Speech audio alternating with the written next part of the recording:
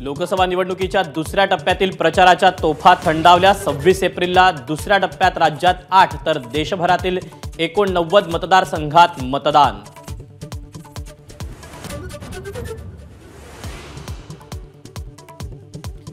राहुल गांधींची स्वप्न शेख चिल्लीची। अमरावतीच्या सभेत अमित शहांकडून टीका।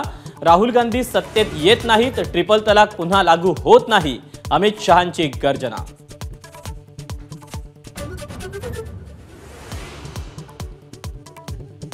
राहुल गांधींची आश्वासनांची खैरात। गरीब महिलांना वर्षाला 1 लाख, सर्व तरुणांना अप्रेंटिसशिपचा अधिकार आणि 1 लाख रुपये, तर शेतकऱ्यांसाठी आयोग स्थापन करण्याचं आश्वासन।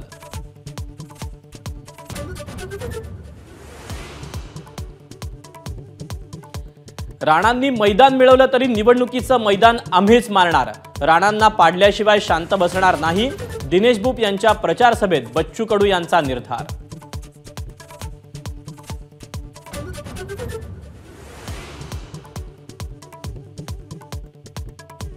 बच्चू कडूंना मोठे भाऊ म्हणत नवनीत राणांचा हल्लाबोल। बच्चू कडूंनी अमरावतीत भांडणं लावली, नवनीत राणांची टीका, तर रवी राणांकडून बच्चू कडूंचा तमासखोर उल्लेख।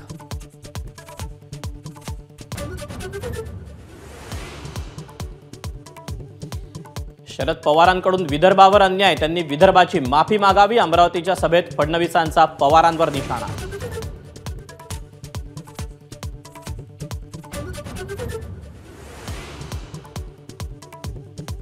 उद्धव ठाकरेंच्या लंडन ते लखनौ पर्यंतच्या सर्व प्रकरणांची फाईल माझ्याकडे, मर्यादा पाळा नाहीतर सगळं समोर आणेन, एबीपी माझाला दिलेल्या मुलाखतीत मुख्यमंत्री एकनाथ शिंदेंचा इशारा।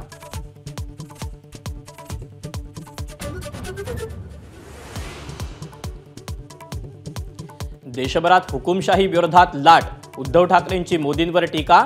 राज्यात मविया सर्व 48 जागा जिंकणार, नांदेडच्या पत्रकार परिषदेत उद्धव ठाकरेंचा दावा।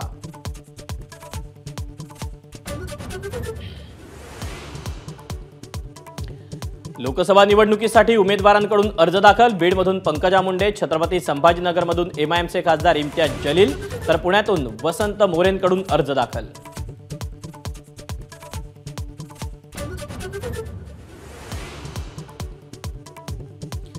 शरद पवारांचा पंतप्रधान मोदींवर निशाणा। मोदींचा जुना व्हिडिओ दाखवत महागाई बेरोजगारीवरून केंद्र सरकारवर हल्लाबोल।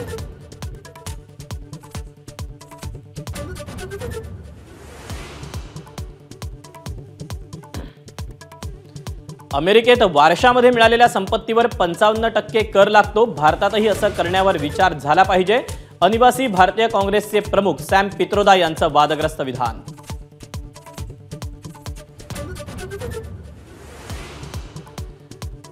काँग्रेस पक्षाला जनतेची संपत्ती अल्पसंख्याकांमध्ये वाटायची आहे, सॅम पित्रोदांच्या वक्तव्यावरून अमित शहांचा जोरदार हल्लाबोल।